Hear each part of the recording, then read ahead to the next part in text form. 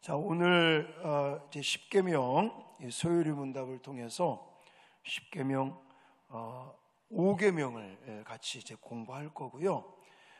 십계명을 전체적으로 봤을 때 1계명서부터 4계명까지 지난 시간까지 공부했던 내용은 십계명의 일부라고 말할 수 있습니다. 그래서 하나님에 대해서, 하나님을 어떻게 사랑하느냐, 또 하나님을 어떻게 예배하느냐, 이런 부분들을 말씀하고 있다면, 이제 오늘서부터 배우게 되는 5계명서부터 10계명까지는 2부로서 이웃을 어떻게 사랑해야 되는 것이냐, 이런 부분에 있어서 같이 말씀을 배우도록 하겠습니다. 자, 먼저 제63 문답을 같이 화면 보시면서 읽도록 하겠습니다. 시작. 제5계명은 무엇입니까? 제5계명은 내 부모를 공경하라. 그리하면 내 하나님 여호와가 내게 준 땅에서 내 생명이 길리라 입니다. 아멘. 간단히 말해서 부모를 공경하라, 이런 말씀이죠. 자, 여기서 공경하라, 공경이라는 이 단어를 제가 사전을 찾아봤더니 카바드라는 단어를 쓰고 있고, 이 공경이라는 단어가 1차적으로는 무겁다라는 뜻을 가지고 있어요. 무겁다.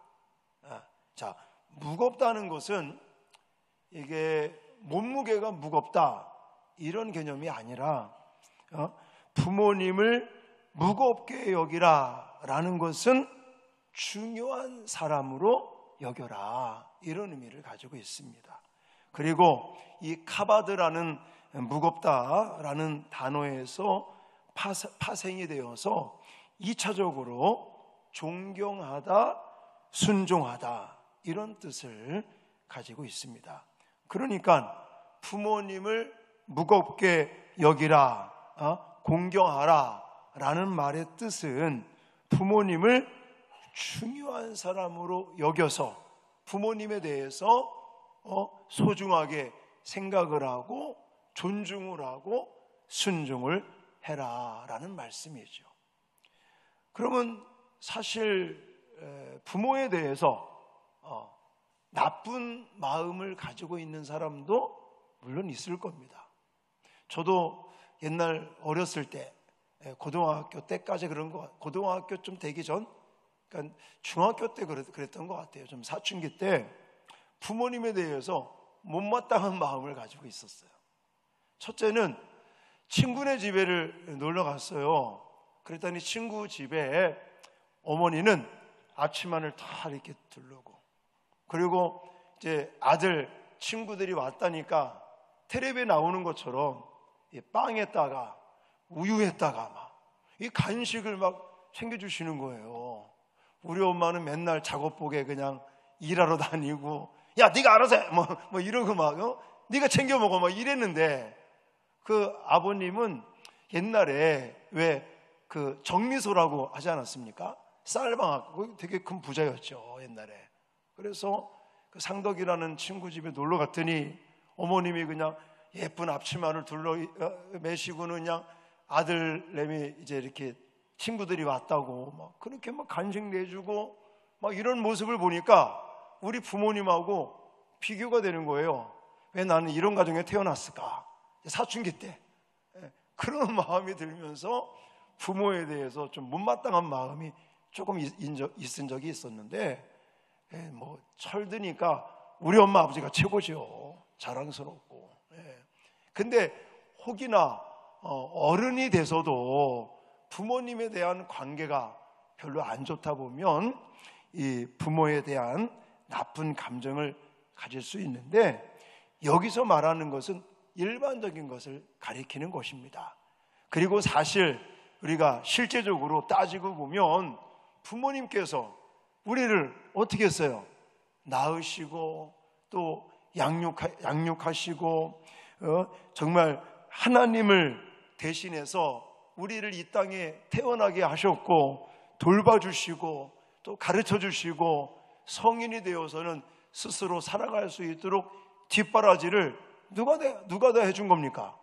엄마 아버지가 해줬기 때문에 우리는 이렇게 행복하게 살아갈 수 있는 것이죠. 그러니까 사실 부모님에 대해서 안 좋은 감정을 가지고 있는 사람도 물론 있을 거지만 실질적으로 부모님은 우리를 위해서 낳으시고 돌봐주시고 양육하시면서 정말 우리에게 많은 은혜를 끼친 분들이기 때문에 사실 부모님은 굉장히 우리에게 소중한 분들인 줄 믿습니다.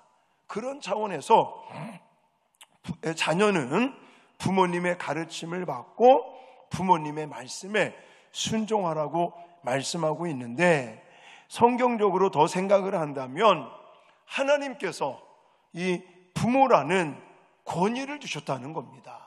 그래서 나중에 제가 더 구체적으로 자세하게 설명하겠지만, 하나님이 가정에 권위자들을 세워주시고 또 교회에도 권위자들을 세워주시고 또 국가에도 권위자들을 세워주시고, 그래서 이 권위자들에게 그러니까 그 권위는 누가 주신 거예요? 하나님이 주신 것이고, 만약에 하나님이 주신 그 권위에 대해서 불복을 한다든지 반항을 한다든지 불순종을 하면 결국은 누구에게 불순종하는 것이 됩니까? 하나님에게 불순종하는 것이 된다라고까지 우리는 말할 수 있는 것입니다. 자, 좀 더 우리가 자세하게 구체적으로 이 말씀을 배우기 위해서 제64문답을 또 같이 한번 화면 보시면서 읽겠습니다. 시작. 제5계명이 요구하는 것은 무엇입니까? 제5계명이 우리에게 요구하는 것은 상급자, 하급자, 그리고 동급자로서 갖는 지위와 관계 속에서 각자에게 속하는 그 영예를 유지하고 그 의무를 수행할 것입니다. 아멘. 이 5계명이 우리에게 요구하는 것은 그냥 단순하게 우리 육신의 어머니, 아버님만을 말하는 게 아니라는 거예요.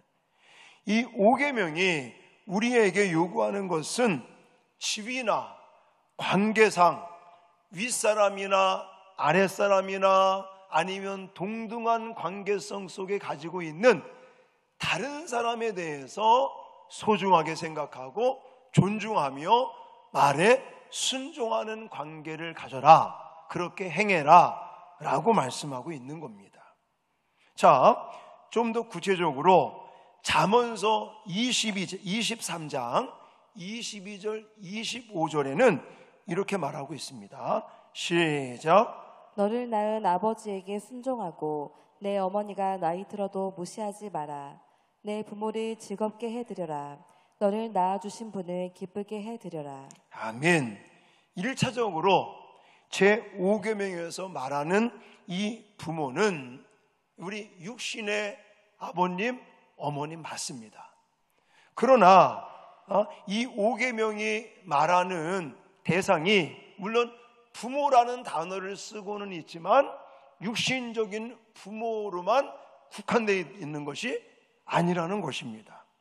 육신의 부모뿐만이 아니라 이 10계명은 제가 그전에도 몇 번을 말씀을 드렸는데 도덕법을 대표하는 계명이라고 그랬어요. 그러니까 우리가 이 10계명을 해석하고 적용할 때 그냥 단순하게 문자적으로만 해석할 것이 아니라 광범위하게 우리는 이것을 해석하고 적용을 해야 된다는 거예요. 다시 말해서 부모를 포함해서 부모로만 한정시킬 것이 아니라 부모님에게 주셨던 그 권위를 가지고 있는 하나님께로부터 권위를 받은 모든 권위를 받은 사람을 포함해야 된다라고 말씀을 드리고 싶은 거예요. 그래서 먼저는 부모님이고 육신적인 부모님이고 두 번째는 연장자라고 말하는 게 좋습니다. 자, 연장자라는 뜻이 뭐예요? 나보다 나이가 많은 어르신들을 가리키죠. 자, 이거는 디모데전서 5장 1, 2절에 나와 있습니다. 자, 같이 읽겠습니다. 시작. 늙은이를 꾸짖지 말고 권하되 아버지에게 하듯하며 젊은이에게는 형제에게 하듯하고 늙은 여자에게는 어머니에게 하듯하며 젊은 여자에게는 온전히 깨끗함으로 자매에게 하듯하라. 아멘.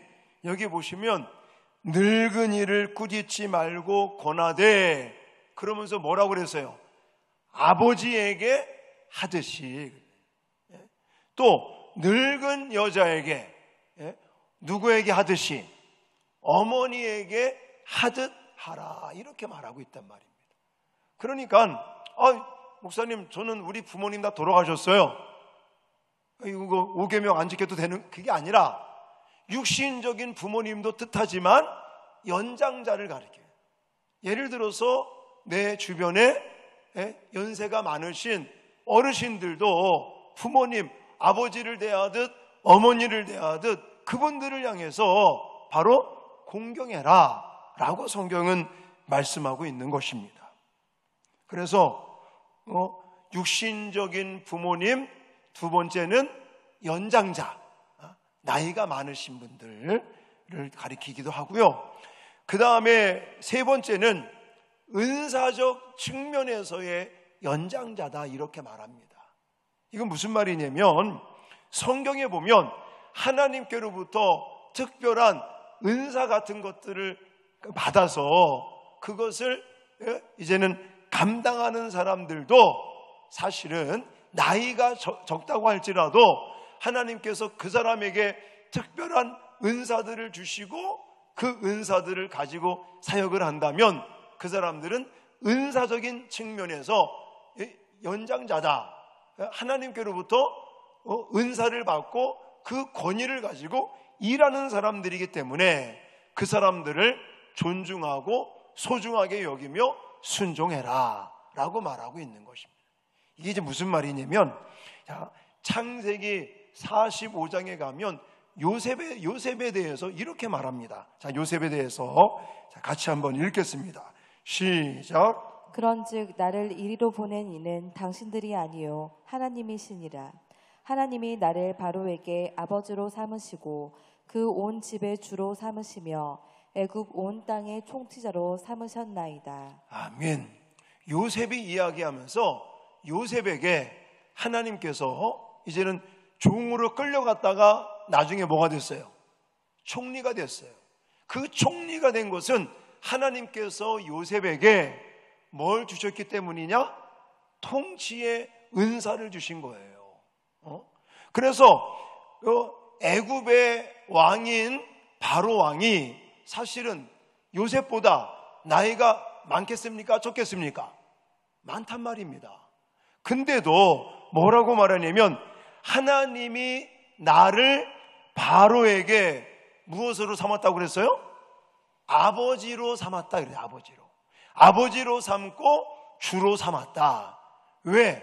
하나님이 통치의 은사를 주셨기 때문에 그렇게 말한다는 거예요. 그러니까 실질적으로는 나보다 나이는 어리지만 하나님께서 요셉에게 통치의 은사를 주셔서 바로로 하여금 이제는 요셉을 아버지처럼 또 주처럼 그렇게 섬기게 했다, 이런 이야기를 하고 있는 것입니다. 성경은 하나님께서 요셉을 바로의 아버지로 삼으셨다고 말하는 것처럼 우리 주변에도 하나님께서 은사적인 차원에서 그에게 권위를 주시고 그걸 통해서 결국은 부모님처럼 공경해라, 순종해라, 소중하게 여겨라 라고 말씀하고 있는 것입니다. 자, 그러므로 부모님이라고 하는 이 대상이 육신적인 부모님만 말하는 게 아니라 누구라고요? 연장자, 실제로 나보다 나이가 많으신 어르신들을 포함하고 있고, 또 하나는 나보다 나이가 어리다고 할지라도 은사적인 차원에서 연장자라고 말할 수 있는 하나님께로부터 은사를 받아 그 은사를 활용하는, 감당하는 사람들도 공경의 대상으로 삼아야 된다라고 말하는 겁니다. 또한 가정도 마찬가지입니다. 가정을 누가 세우셨어요? 하나님이 세우셨어요. 그리고 가정의 가장, 일명 남편들, 가장들을 하나님이 여자들의 뭐로 세웠습니까? 머리로 세웠다라고 분명히 말하고 있습니다. 물론 여기서 말하는 이 머리는 지배권을 가지고 있는 머리를 가리키는 건 절대로 아닙니다.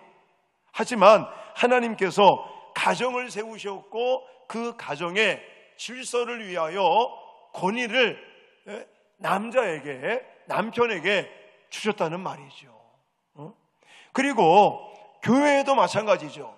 교회에도 하나님께서 권위를 주어서 세우는 사람들이 있죠. 저처럼 목사가 될 수도 있고, 또 장로님들이 될 수도 있고, 우리 권사님들이 될 수가 있습니다. 교회 안에 리더십들이 있어요. 이 리더십들도 하나님께서 세우신, 하나님께서 권위를 주시는 그런 리더십이다라고 말할 수 있다는 것입니다. 또 국가도 마찬가지입니다. 특히나 로마서 13장 1절 말씀 같은 데는 아주 노골적으로 권세자들에게 순종하라고 말하고 있죠. 한번 읽어보겠습니다. 자, 로마서 13장 1절입니다. 시작. 각 사람은 위에 있는 권세들에게 복종하라. 권세는 하나님으로부터 나지 않음이 없나니 모든 권세는 다 하나님께서 정하신 바라. 아멘. 그러니까 국가도 나라도 누가 세우셨어요? 하나님이 세우셨어요. 가정도 마찬가지고 교회도 마찬가지고, 특히 국가, 민족을 하나님이 세우셨고 그 민족 안에 하나님을 신실하게 믿는 자건 아니건 대통령, 권세자들, 권위자들 누가 세우신다고요? 하나님이 세우시는 거예요. 근데 이 하나님이 세우신 권세가, 내 권위가 내 마음에 안 든다고 그래서, 좀 죄송합니다, 어떤 사람은요, 옛날에 문재인이 문제가 많아. 대통령, 우리나라 과거의 대통령이었어요. 근데 그냥 문재인이 그러니까 애들도요, 문재인이 친구 같아 그냥. 요즘은 또 윤석열. 그러니까 어른들이 그냥 대놓고 윤석열 하니까 우리 애들도 윤석열이 제 친구야 그냥. 이거 참 문제가 저는 있다고 개인적으로 생각을 합니다. 저도요, 문재인도 별로 안 좋아하고요, 윤석열도 별로 안 좋아합니다. 전 누구 말할 수는 없어요. 하여튼 제가 현직에 있는 동안은 색깔을 말할 수 없지만 하여튼 마음에 안 들어. 그렇지만 윤석열이 됐든 문재인이 됐든 다 누가 세우는 거예요? 하나님이 세우시고 하나님이 그들에게 권세를 주셨단 말입니다. 그러면 사실 대통령은 국가의 아버지격이 되는 거잖아요. 근데 그냥 완전히 대통령을 그냥 친구처럼 대하질 않나. 그냥 저 밑에 그냥 누구처럼 그렇게 막 취급을 하질 않나. 저한테 카톡 보내는 사람들 중에요, 여러 부류의 사람들이 있습니다. 어떤 사람들은 완전히 그냥 잡아 넣어야 된다, 탄핵시켜야 된다, 한다, 와, 그런 문자를 얼마나 많이 보내는지 몰라. 사실은 안타까워요. 저도 좋아하는 이런 사람은 없지만 어쨌든 하나님이 우리나라의 권위자들로, 대통령으로 하나님이 세우셨는데 그 사람들 욕을 하고 그냥 누워서 침 뱉기죠. 그래서 저는요 개인적으로 이런 하나님께서 세우신 국가의 권위자들에게도 우리는 소중하게 생각하고 존중해주고, 특히나 내 마음에 들든 안 들든 우리는 그 사람들을 비판하려고 하지 말고 뭐 하면 됩니까?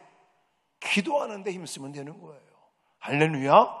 제 말이 아니라 디모데전서 2장 1, 2절에 분명히 나와 있다고요. 같이 한번 읽겠습니다. 시작. 그러므로 내가 첫째로 권하노니 모든 사람을 위하여 간구와 기도와 도고와 감사를 하되 임금들과 높은 지위에 있는 모든 사람을 위하여 하라. 이는 우리가 모든 경건과 단정함으로 고요하고 평안한 생활을 하려 함이라. 아멘.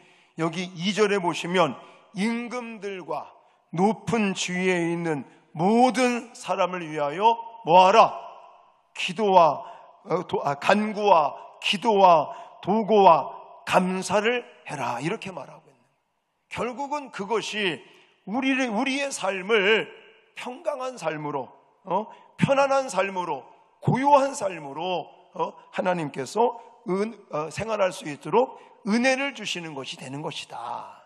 그래서 뭐 내가 좋아하는 사람이 정치를 하건, 내가 별로 안 좋아하는 사람이 정치를 하건, 우린 그걸 따질 게 아니라 하나님이 세우신 권위이기 때문에 우리는 그 사람들을 존중해주고 또 그 사람들을 우리가 격려해주고 잘할 수 있도록, 잘하는 건 잘한다고 말하고 못하는 건 못한다고 말해야지. 그냥 무조건 다 잘못했다는 거예요. 무조건 잡아넣어야 된다는 거예요. 뭐 얼마나 망신입니까? 우리나라에 대통령 했던 사람들이 깜빵에 가면 얼마나 망신인 거예요. 우리는 그들을 위해서, 임금들과 높은 지위에 있는 사람들을 위해서 뭐 해야 된다고요? 기도해야 된다. 성경은 그렇게 말씀하고 있는 것입니다. 그러므로 제5계명을 통해서 하나님이 우리에게 부모를 공경하라 라고 말씀하고 있지만 그냥 육신적인 부모님으로만 국한시킨 것이 아니라 성경을 전체적으로 봤을 때는 육신적인 부모님은 1순위고 그 외에 연장자라든지 또 은사적인 차원에서의 연장자, 또한 가정과 교회와 국가에 하나님이 세우신 권위자들, 그 사람들을 내 마음에 들건 들지 않건 우리는 그들을 항상 존중하고 소중하게 생각하고 또한 그들의 말에, 나중에 말씀드리겠지만 하나님의 뜻에 어긋나는 것이 아니라면 우리는 비판하고 욕할 것이 아니라, 정죄할 것이 아니라 우리는 그들을 위해서 날마다 기도하는 삶을 살아야 될 줄 믿습니다. 성경은요 항상 모든 영역에 있어서 모든 분야, 모든 계급의 모든 사람들을 향해서 똑같이 말씀하고 있는 거예요. 그러니까 실질적으로는 우리가 이렇게 눈으로 보고 귀로 들리는 것은 부모에게 부모를 공경하라 라고만 말하고 있지만 사실은 그게 아닙니다. 왜냐하면 에베소서 말씀 같은 데도 보시면요 항상 하나님은 어떻게 말씀하시냐면 아내들아 라고 얘기를 합니다. 아내들은 남편을 향해서 어떻게 하라고 그럽니까? 순종해라. 어떻게 순종하라고 그래요? 죽게 하듯 해라. 죽게 순종하듯 남편에게 순종하라라는 말씀을 하고 있어요. 그러면 아내에게만 하나님이 그런 말씀을 하셨느냐? 아니라는 거예요. 아내에게 말을 했으면 누구에게 말할까요? 남편들아 또 말하는 거죠. 남편들을 향해서는 아내를 사랑하라라고 그래요. 어떻게 사랑하라고 그래요? 그리스도께서 교회를 사랑하는 것처럼 너희 아내를 사랑해라 이렇게 또 말하고 있는 거예요. 또 이제 아내나 남편들을 향해서 얘기했다면 또 누구를 향해서 얘기할까요? 부모들아, 뭐 자녀들아, 또 상전들아, 종들아 이렇게 항상 하나님은 모든 분야의 모든 계층의 사람들에게 똑같이 말씀하고 있는 거예요. 그러면서 성경에 보면 서로 피차 존중하고 또 서로 피차 복종하고 그리스도를 경외함으로 피차 복종하라 이런 말씀을 하고 있는 것입니다. 그러므로 저는 이 제5계명에 나와 있는 이 공경하라, 부모를 공경하라 라고 그렇게 부모님을 향해서만 자식들에게 말씀하는 것 같지만 저는 그렇게 해석하면 안 된다고 생각합니다. 물론 1차적으로는 자녀들이 부모님에게 공경하라고 말씀하고 있지만 이것은 그것으로만 국한시키면 안 되고 아까도 말씀드렸지만 윗사람이나 아랫사람이나 또 동등한 지위에 있는 다른 사람들을 향한 그런 태도를 또 삶의 모습을 우리에게 이야기하고 있다라는 것을 꼭 기억하시기 바랍니다. 자, 그 다음에 하나 더 제 65 문제와 답을 또 한번 읽겠습니다. 시작. 제5계명이 금지하는 것은 무엇입니까? 제5계명이 금지하는 것은 다른 사람의 지위와 관계와 합당하게 존중하고 의무를 다하는 데 소홀하거나 거스르는 것입니다. 아멘. 쉽게 말하면 다른 사람의 지위와 관계에 합당하게 존중하고 의무를 다하는 것을 소홀히 하지 말라라는 거예요. 근데 어떤 경우가 생기냐면 내 마음에 안 드는 사람들이 이제 권위자가 된단 말입니다. 아까도 얘기했지만 어떤 사람은요, 막 그 대통령을 막 욕을 해요. 마음에 안 든다 이거예요. 그러면 내 마음에 안 드니까 어떻게 해야 되냐 이거예요. 또 아까도 제가 제 사춘기 때 얘기를 드렸죠. 부모님이 또 마음에 안 드네 이거.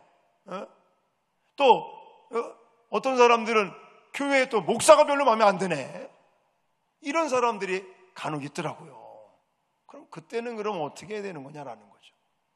내가 존경하고 내가 정말 소중하게 여길 만한 그런 모습으로 윗사람들이, 내가 또 바라보는 사람들이, 내가 존경해야 될 사람들이 그렇게 해주면 좋은데 때에 따라는 정말 존경할 수 없는 짓을 하는 사람들이 생겨난다는 것이죠. 그럼 그때는 어떻게 해야 되느냐 이겁니다.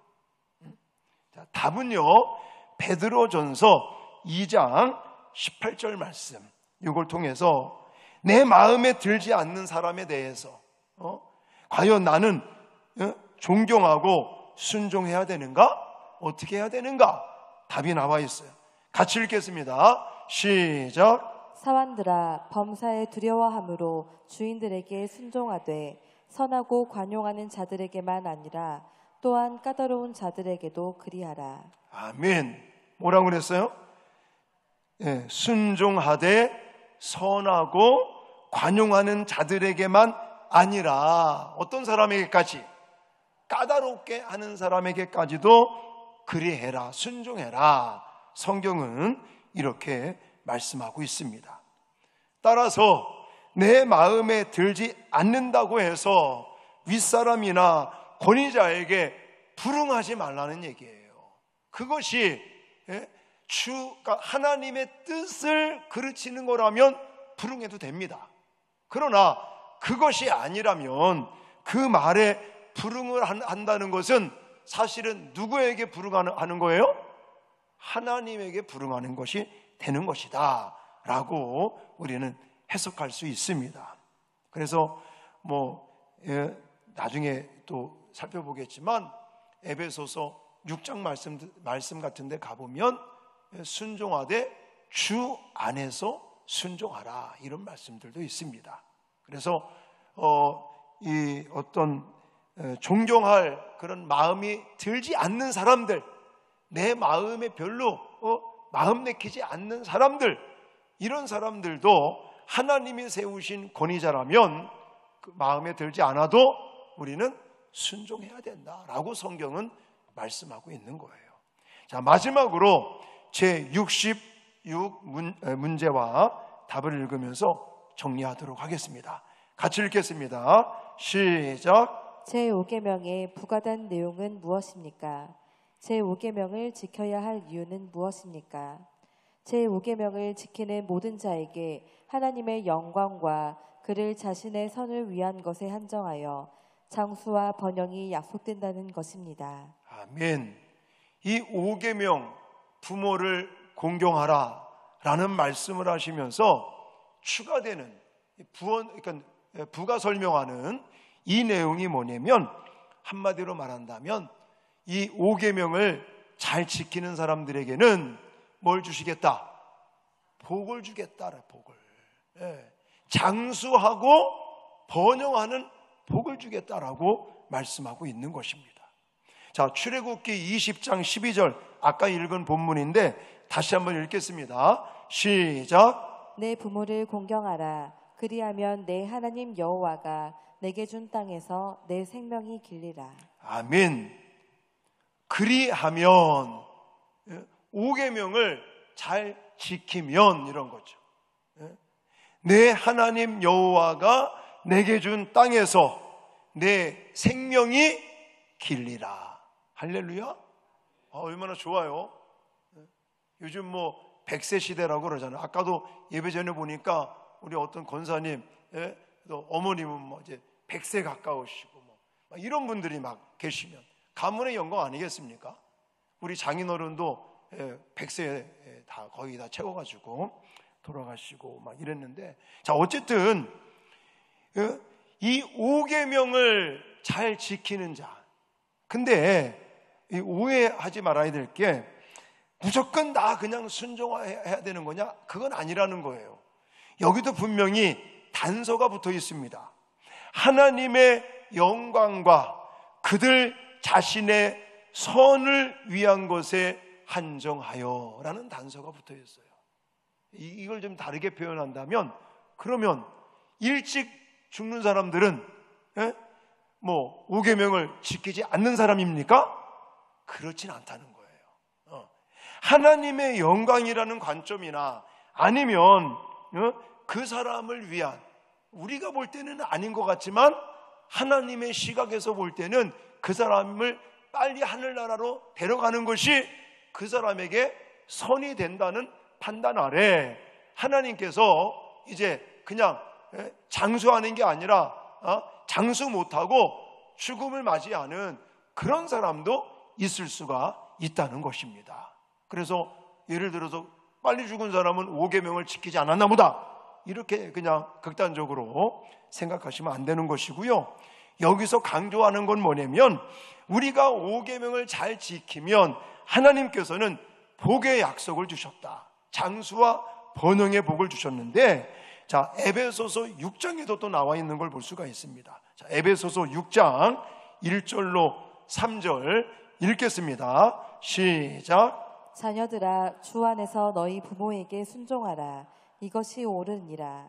내 아버지와 어머니를 공경하라.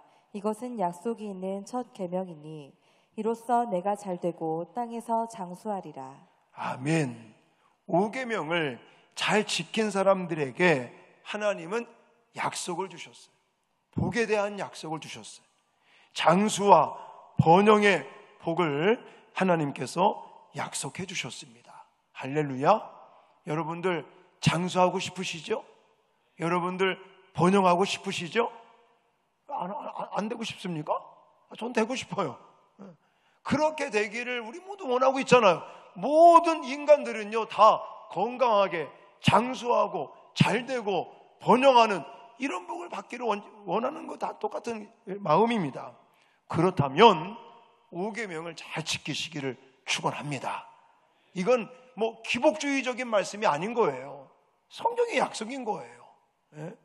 그래서 5계명을 잘 지키시면서 정말 육신적인 부모님, 또 육신적인 부모님이 돌아가셨다면 내 주변에 있는 연장자들, 또 나이 연령적인 연장자뿐만이 아니라 은사적인 차원에서의 연장자뿐만이 아니라 하나님께서 세워주신 권위자들, 가정 안에서의 권위자, 또 교회 안에서의 권위자, 또 국가적인 차원에서의 권위자, 이런 많은 내 주변에 뭐 윗사람이 될 수도 있고 아랫사람이 될 수도 있고 동등한 위치의 사람이 될 수도 있고, 어쨌든 하나님께서 세우신 다른 권위자들에게 우리는 소중히 그들을 여기고 또 그들을 또 존중하면서 또 그들이 말하는 것에 대한 부분들이 주 안에서 하나님의 영광이나 하나님의 뜻에 그르치는 것이 아니라면, 내 마음에 못마땅한 것이 있다고 할지라도 우리는 그들의 말에 순종하고 복종하는 저와 여러분들이 되어질 수 있기를 주님의 이름으로 축원합니다. 그러면 하나님께서 어떤 복을 약속하셨다고요? 장수와 번영케 하는 그런 복을 약속하셨다는 사실들을 꼭 기억하시고, 나는 부모님을 비롯해서 하나님이 세우신 권위를 존중하고 소중하게 생각하며 잘 복종하는가 질문을 던지시기 바랍니다. 또 윗사람이나 아랫사람 또 마음에 들지 않는다고 나는 불순종하고 있지는 않는지 우리 자신들을 점검하시고 5계명을 잘 지키시면서 하나님의 이 장수와 또 번영의 약속의 복을 받는 저와 여러분 되어지시기를 주님의 이름으로 축원합니다.